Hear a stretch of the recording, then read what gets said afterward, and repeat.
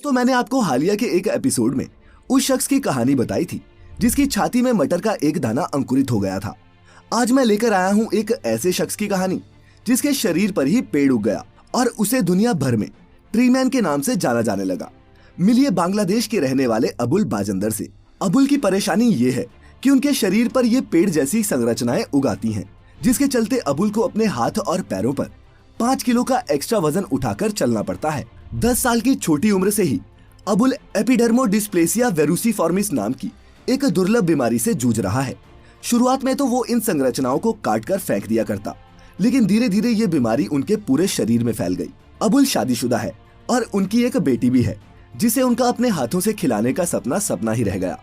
अबुल ने इस बीमारी का कई बार इलाज कराने की भी कोशिश की, लेकिन इसका तोड़ डॉक्टर्स के पास भी नहीं है। आपको और भी हैरानी होगी ये जानकर कि ट्री मैन सिंड्रोम के नाम से जाने जाने वाली इस बीमारी के दुनिया भर में सिर्फ 6 मरीज हैं।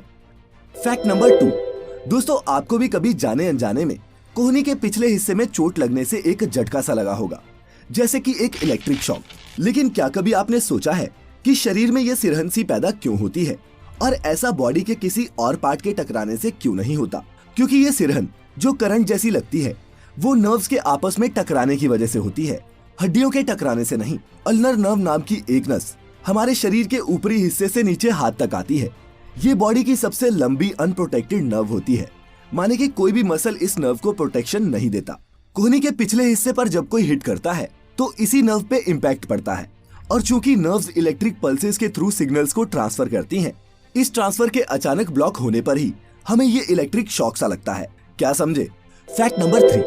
दोस्तों, आपने गौर किया होगा कि जब भी आप किसी डॉक्टर से प्रिस्क्रिप्शन लेते हैं तो डॉक्टर्स की हैंडराइटिंग आपको बिल्कुल भी पल्ले नहीं पड़ती, लेकिन केमिस्ट के पास वही पर्ची लेकर जब आप जाते हैं तो केमिस्ट झट से दवाइयां निकाल के दे देता है।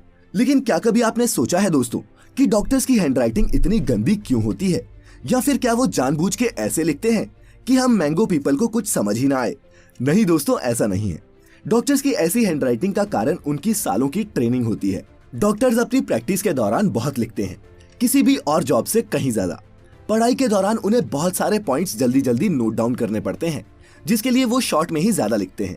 साथ ही किसी की मेडिकल कंडीशन की छोटी से छोटी ऑब्जर्वेशन उन्हें नोट करनी पड़ती है।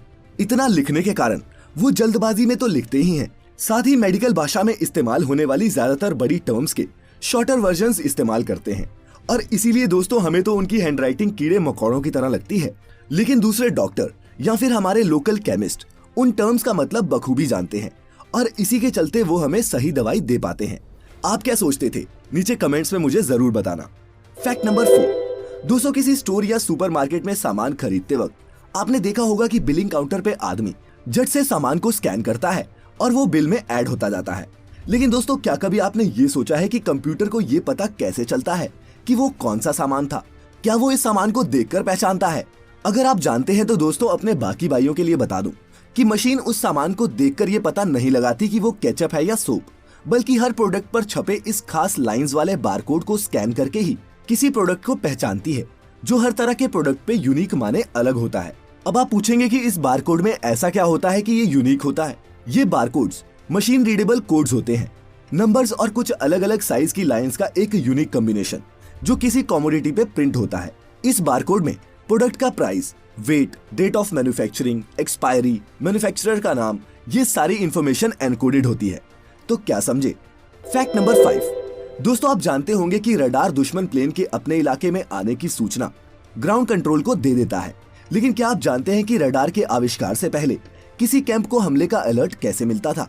दोनों विश्व युद्धों के बीच के समय में जब रडार की खोज नहीं हुई थी, ऐसे एकूस्टिक मिरर्स और लिसनिंग डिवाइसेस का इस्तेमाल करके दुश्मन के प्लेन के इंजन की आवाज मीलों की दूरी से बेस पर कैच की जाती थी और सभी को सतर्क कर दिया जाता था। फिर चेन होम रडार सिस्टम के डेवलप होने के बाद इन एकूस्टिक मिरर्स का कोई काम नहीं बचा। दूसरे विश्व युद्ध से पहले ऐसे कई एकूस्टिक रडार्स ग्रेट ब्रिटेन के पूरे तट पर बिछाए गए थे, जिनमें से कुछ आज भी खड़े हैं और विज्ञान की तरक्की के जीते जागते स्मारक हैं।